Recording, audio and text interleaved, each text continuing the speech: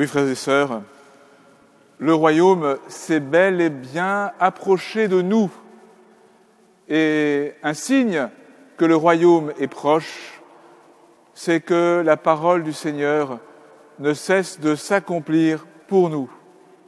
Aujourd'hui, vous êtes envoyés comme les 72 disciples de l'Évangile.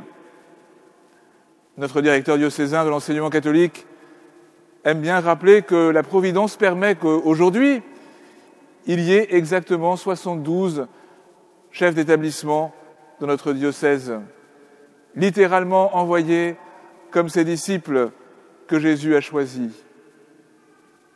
Chacun d'entre vous est envoyé aujourd'hui, non seulement par l'Église, mais par le Seigneur.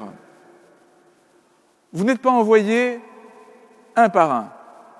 Vous êtes envoyés pour participer à une mission d'Église avec d'autres.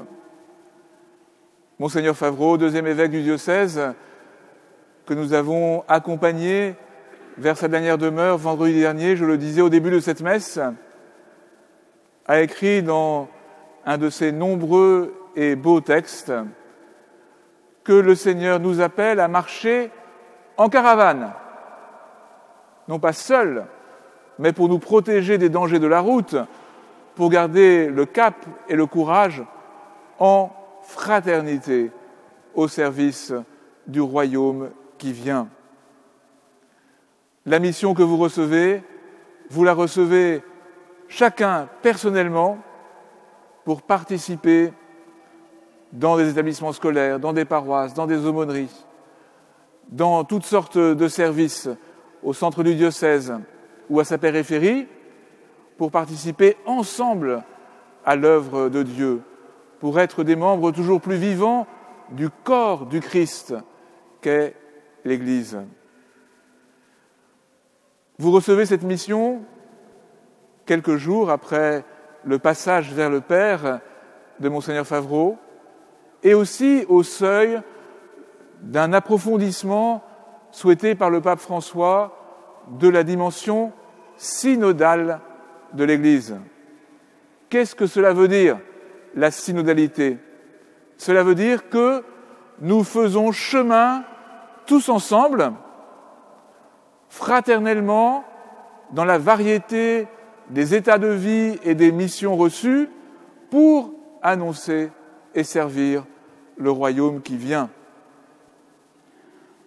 Ce mot synode est magnifique. Il signifie que nous faisons chemin, odos, ensemble, syn, mais il va plus loin encore. Parce que le chemin, par excellence, c'est Jésus lui-même. Et celui qui nous réunit, c'est son Esprit Saint. La synodalité, c'est le chemin que nous faisons, invités par le Père, avec son Fils et dans l'Esprit. Et c'est le chemin que vous êtes appelés à parcourir dans la mission que vous recevez aujourd'hui. Cette mission n'est pas facile. Et Jésus ne le cache pas dans l'Évangile quand il nous dit « Je vous envoie comme des brebis au milieu des loups ». Il y a toutes les contradictions que l'Évangile peut rencontrer dans nos cœurs, pour commencer, autour de nous, dans le monde d'aujourd'hui. Il y a les fragilités, voire les blessures de l'Église elle-même. Il y a les difficultés inhérentes au travail commun. Mais face à tout cela, nous ne sommes pas faibles, puisque le Christ est notre force. Mais nous ne trouverons pas notre force dans l'esprit de domination, puisque c'est comme des brebis que nous pouvons vaincre les loups. C'est comme des brebis unies au pasteur devenu agneau que nous pouvons vaincre les loups et toutes les contradictions qui pourraient faire obstacle à notre mission. Je vous envoie, dit Jésus, comme des brebis au milieu des loups, et il nous prévient aussi, la moisson est abondante, et les ouvriers sont peu nombreux. Mes amis, quand nous recevons cette phrase de l'Évangile, ne nous précipitons pas sur la deuxième partie, les ouvriers sont peu nombreux. Commençons d'accueillir la bonne nouvelle de la première. La moisson est abondante. L'œuvre que le Seigneur fait au milieu de nous et que nous avons à accueillir et à servir, elle est abondante, elle est surabondante, si nous avons les yeux et le cœur assez ouverts pour la voir. Et le manque d'ouvriers, il est d'abord le signe de la disproportion qu'il y aura toujours entre la surabondance de l'amour de Dieu et la fragilité du cœur humain.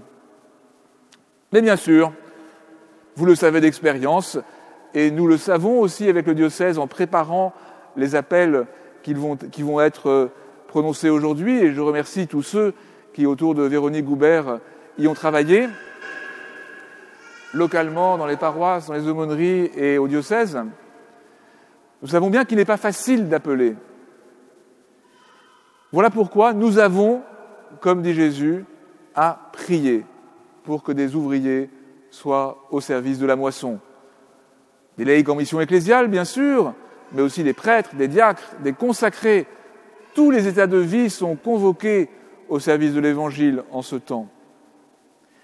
Prier, cela ne veut pas dire seulement invoquer verbalement le Seigneur.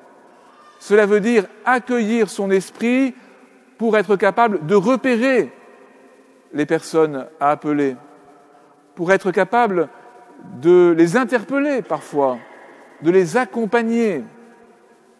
Parmi les nouveaux chefs d'établissement, beaucoup ont parcouru ce très beau trajet de discernement pour faire émerger des vocations de chefs d'établissement. Et cela doit être exemplaire pour nous tous. Une des premières missions que vous recevez, chacun, dans le service qui sera le vôtre, c'est de susciter de nouvelles vocations au service de l'Évangile. C'est d'appeler, de discerner, d'interpeller et d'accompagner ceux que vous aurez interpellés. Vous êtes envoyés comme des brebis au milieu des loups, la moisson est abondante et les ouvriers sont peu nombreux. Ce n'est pas une mauvaise nouvelle, c'est une invitation à nous tenir proches du Christ et appelés comme il ne cesse de le faire lui-même. Envoyés, comme les 72, à une mission exigeante et passionnante, il est précieux que vous accueilliez, que nous accueillions ce soir les recommandations de saint Paul à Timothée. D'abord, saint Paul dit à ses interlocuteurs qu'ils sont des bien-aimés. C'est notre force, c'est le socle de notre mission.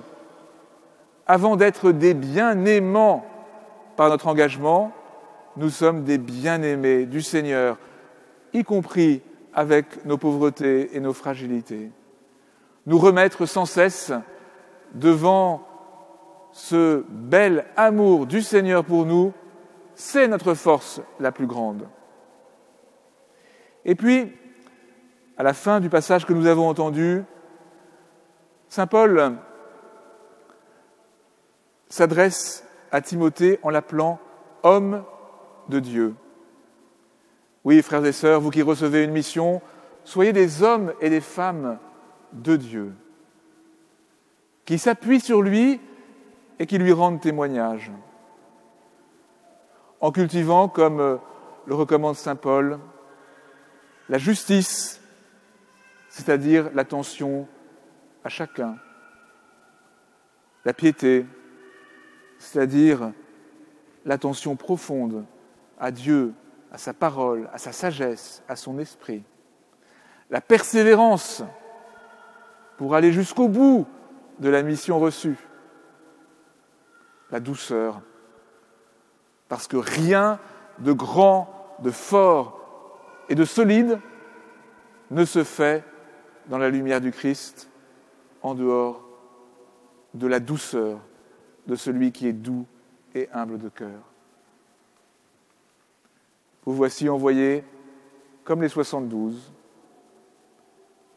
comme des brebis au milieu des loups, pour une mission abondante où les ouvriers sont toujours trop peu nombreux, comme des hommes et des femmes de Dieu appelés à pratiquer la justice, la piété, la persévérance, la douceur. Dans un très beau petit texte que vous recevrez, tous les laïcs en mission ecclésiale présents ce soir, que nous a laissé Monseigneur Favreau, un de ses derniers textes, intitulé « Mes routes ne sont pas vos routes ». Il souligne, à la lumière de l'expérience très forte d'un accident de voiture qu'il a vécu au début de sa vie sacerdotale, que ce qui est appelé à nous animer, c'est la passion de la vie éternelle, qui commence dès cette vie et qui s'incarne dans l'aujourd'hui de notre relation au Seigneur et de notre mission. Frères et sœurs, ayons cette passion de la vie éternelle qui s'incarne dans l'aujourd'hui des missions reçues, et c'est ainsi que, comme les 72, nous pourrons dire et manifester que le royaume est proche.